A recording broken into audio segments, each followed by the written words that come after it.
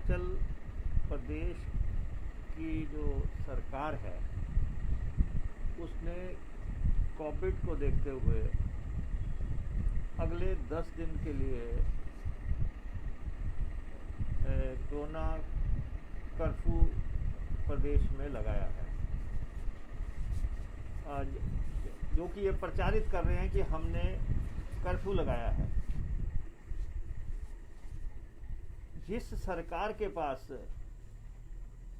राजनीतिक इच्छा शक्ति का अभाव हो और जो सरकार लॉकडाउन को लॉकडाउन ना कह सकती हो और उसको प्रचारित कर रही हो कि हमने कर्फ्यू लगाया, 144 लगाया। आपकी जो नोटिफिकेशन है, नोटिफिकेशन में आपने अंतिम पैरे में लिखा है, any person violating these lockdown measures will be liable to be punished under provisions. जो भी है, आपने अपने नोटिफिकेशन के आखिरी पैरे में लॉकडाउन लिखा,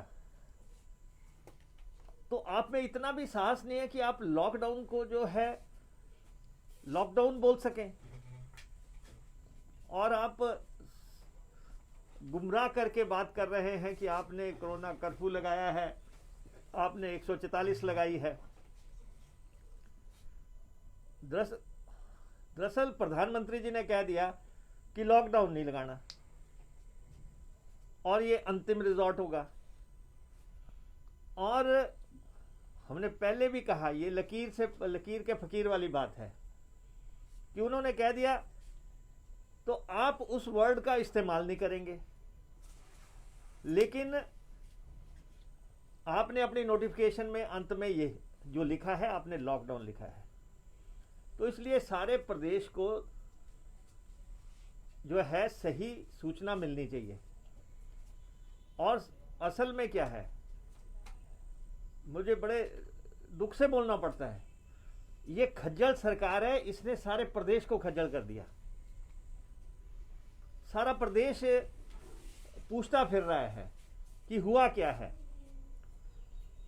और आपने कर्फ्यू लगा दिया, धारा 144 लगा दी। आप कह रहे बसें चलेंगी, इंटरस्टेट चलेंगी, प्रदेश के भीतर चलेंगी। अब आप बताएं कि कर्फ्यू में बसें कैसे चलेंगी।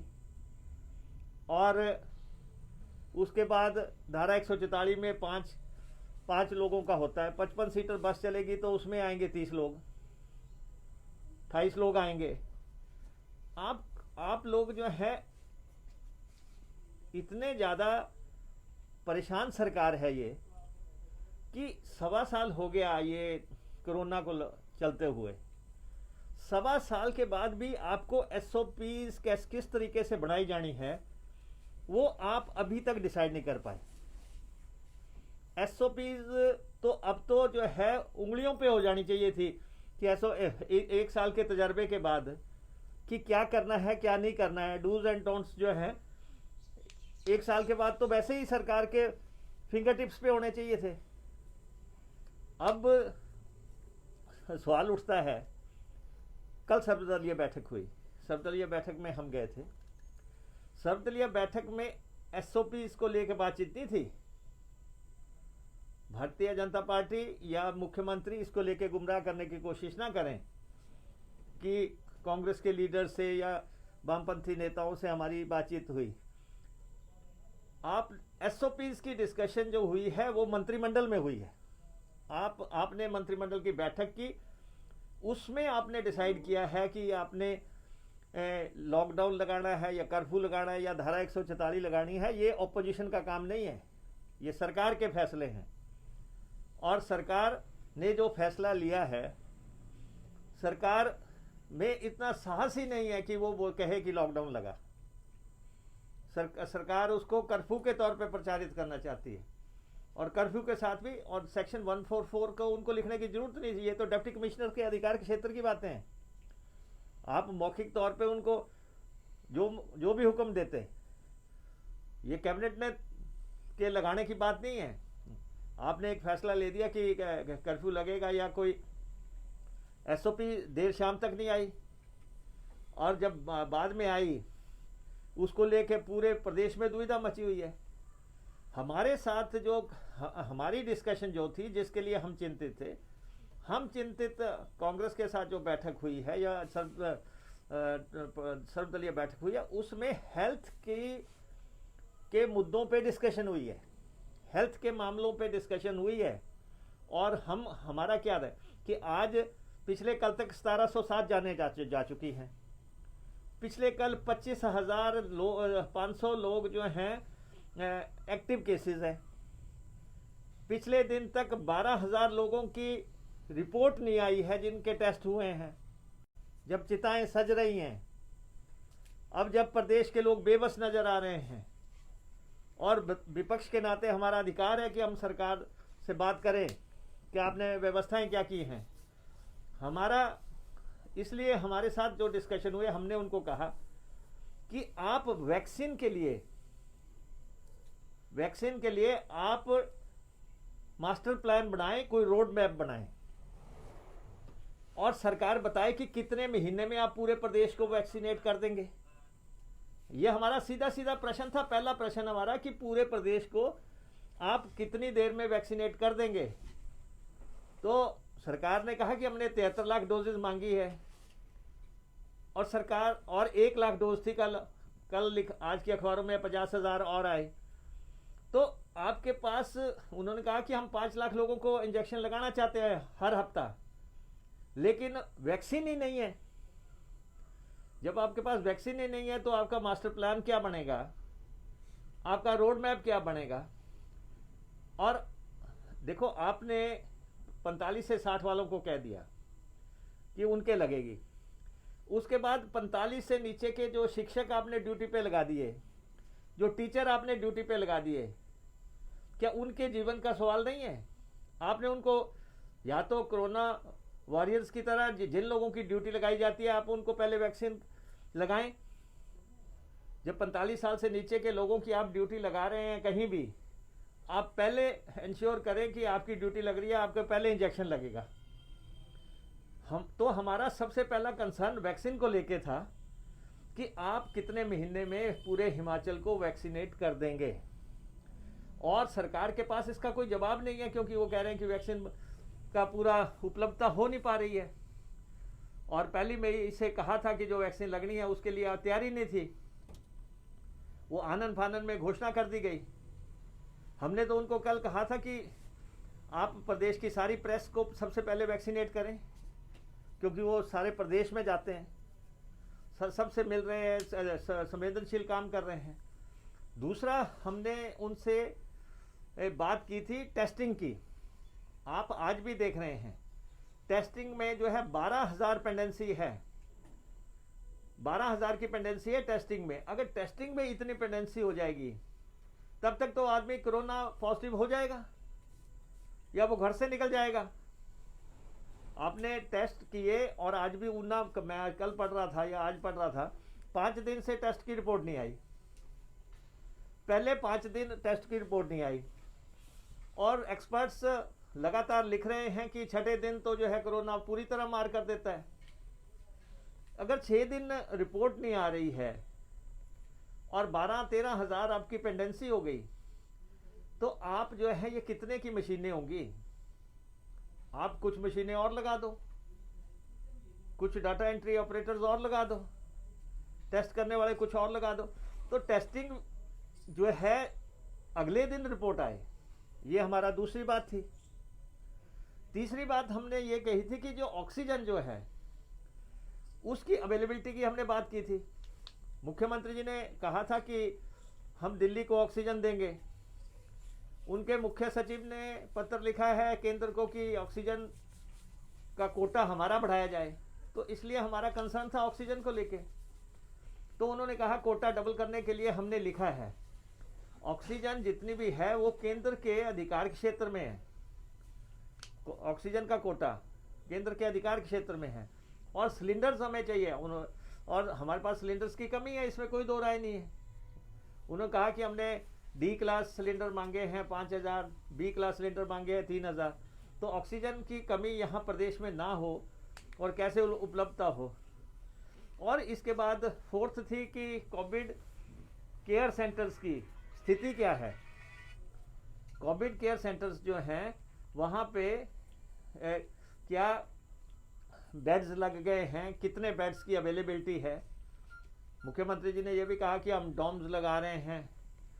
हमारे यहाँ तो इसकी ज़रूरत नहीं है। हमारे यहाँ तो अभी पंडोगा की बिल्डिंग में 150-200 पेशेंट आ सकता है। उसके बाद बाथू की बिल्डिंग में 200 लोग किए जा सकते हैं। पंडोगा की तो इजाज़त मिल गई है, जैसे कि मुझे सेक्रेटरी हेल्थ ने बताया। और बाथू का डिप्टी कमिश्नर ने विज़िट करना था। तो उसके बाद हमारे तो पालकवा, पंडोगा एंड बाथू की बिल्डिंग से काफ़ी बड़ा इंफ्रास्ट्रक्चर है जिसमें बेड्स लगा के काम तैयार होगा। तो इसलिए हमने ये बात की थी। और सबसे बड़ा कंसर्न है एम्बुलेंस की अवेलेबिलिटी का। प्रदेश में 198 एम्बुलेंसेज हैं।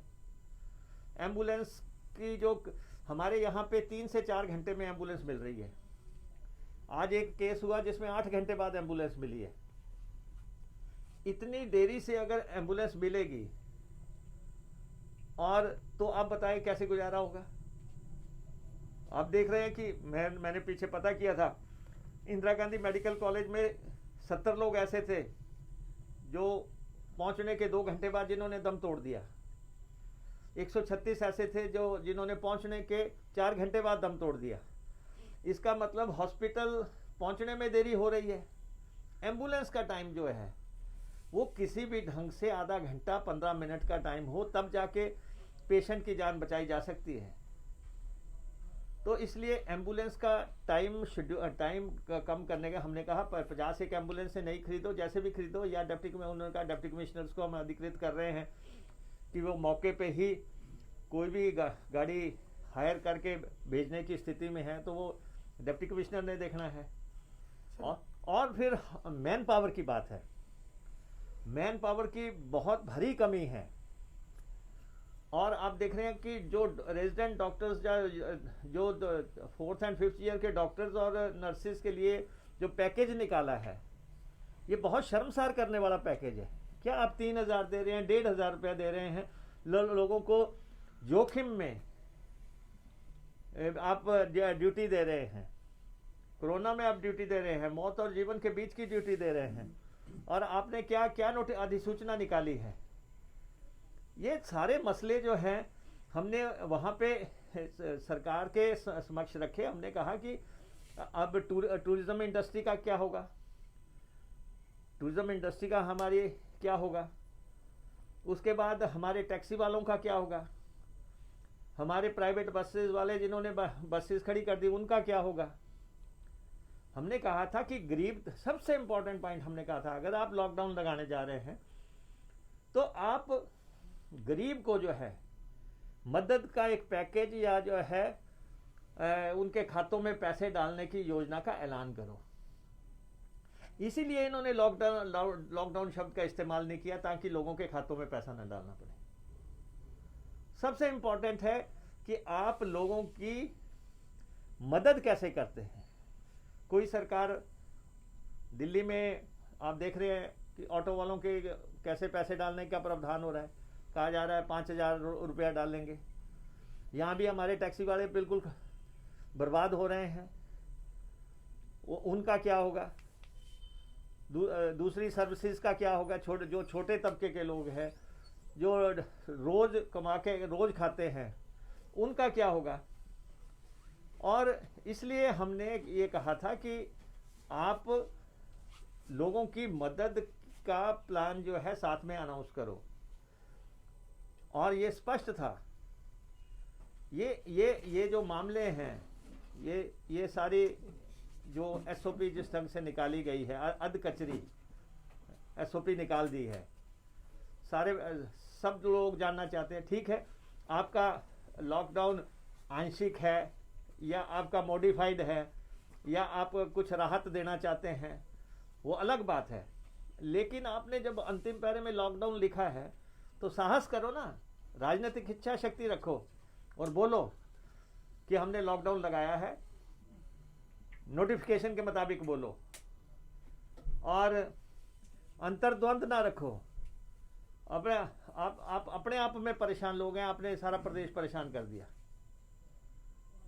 तो हमारा ये कहना है कि एसओपी का निर्धारण जो है वो मंत्रिमंडल में आपने किया है, जो भी किया है फैसला आपने मंत्रिमंडल में किया। हमारे साथ हेल्थ जो इनपुट्स की बात थी उस पे बात थी, और हम अपनी बात उठाते रहेंगे। किसी कोई बातचीत का मतलब ये नहीं है कि हम जो है हमें एक स्पष्ट शब्द में हमने कहा है, हिमाचलियों की जान बचाना हमारी प्राथमिकता है। हिमाचलियों की जान कैसे बचे? इस दफ़ा लूट मची हुई है। ऑक्सीमीटर किस रेट पे मिल रहे हैं लोगों को, दवाइयाँ किस रेट पे मिल रही हैं, और एम्बुलेंसें किस रेट पे मिल रही हैं। कल यहाँ से एक एम्बुलेंस बिल्कुल पास के हॉस्पिटल में गई, बताया गया 15,000 रुपये ले लिए। ऐसी लूट जो है, काला बाजारी जो हो रही है, मौत पे भी जो लोग मुनाफे कमा रहे हैं, फायदे उठा रहे हैं, सरकार का उन पे कोई चेक ही नहीं है। बाजार को लेके आपने जो एसओपी की है, लोगों को ढंग से आपको समझाना चाहिए था। अब आप सारे प्रदेश में डिप्टी कमिश्नर की प्रेस कॉन्फ्रेंसें करा रहे हैं, शिमला से ही ढंग से समझा देते। तो ये बातें हैं। हम ये कहते हैं कि हेल्थ सिस्टम इम्प्रूव हो, और सबसे बड़ी बात इस समय जो हो रही है, सबसे परेशानी क्या है कि जब टांडा हॉस्पिटल फुल हो जाता है, पीजीआई में पेशेंट नहीं लिया जाता है, और यहाँ पे पेशेंट क्रिटिकल हो जाता है, उस समय जो है करना क्या है। हमारे यहाँ 3 डेथ्स हुई हैं हरोली में, सिर्फ इसलिए कि वो आगे जा नहीं सकते किसी भी तरफ, और मौत के सिवाय उनके पास कोई चारा नहीं है। तो इसलिए ये सारा जो है जो प्रणाली है, हमने कल भी कहा, Covid district level Covid hospitals की मॉनिटरिंग हो, डिस्ट्रिक्ट लेवल कोविड हॉस्पिटल की तरीके से मॉनिटरिंग हो, वहाँ मैन पावर की मॉनिटरिंग हो कि कितनी मैन पावर है, कितनी नर्सेज हैं, और लोगों को जो है किसी भी ढंग से इससे बचाया जा सके। सर, जैसे आपने कहा थी कि कोविड जो हॉस्पिटल्स हैं उनकी मॉनिटरिंग हो, तो अभी भी हालत ये है कि कोविड 1 साल हो गया है, लेकिन कोविड हॉस्पिटल्स में स्पेशलिस्ट डॉक्टर ड्यूटी नहीं देते, और जो मरीज हैं उनको उनकी जानकारी नहीं मिलती, कोई प्रशासनिक अधिकारी वहाँ नहीं है, कुछ पैसा भी खर्चना हो तो अप्रूवल लेनी पड़ती है। तो ऐसे में स्वास्थ्य मंत्री, लोगों का भी अब ये है कि स्वास्थ्य मंत्री देख कहीं नहीं रहे। नहीं, देखो, मेरे को बड़ा दुख होता है ये कहते हुए। मुख्यमंत्री ने पिछले 2 दिन अपने प्रेस कॉन्फ्रेंसेस वहाँ से है कि सिराज को 60 करोड़ खर्चा जाएगा, सिराज को 15 करोड़ खर्चा जाएगा। सिराज के लिए पैसा है, इलाज के लिए पैसा नहीं है। ये बहुत ही उसके लिए हमारे कर्मचारी अपनी तनख्वाह कटा रहे हैं, उसके लिए हमारे चतुर्श्रेणी कर्मचारी पैसा कटा रहे हैं, उसके लिए पेंशनर पैसा कटा रहे हैं, उसके लिए एमएलएस पैसा कटवा रहे हैं, सब कुछ कर रहे हैं, और कह रहे हैं कि विकास के लिए धन की कमी नहीं है। अगर विकास के लिए धन की कमी नहीं है तो क्या सिर्फ इलाज के लिए पैसे की कमी है? उस समय आर्थिकी सामने आ रही है। इस समय तो आप चाहे सारे विकास कार्य ठप करके जो है लोगों की जान की रक्षा करते। राजधर्म निभाने का समय है, राजधर्म निभाया जाए, जान सबसे इम्पोर्टेंट है, ये हम कहना चाहते हैं।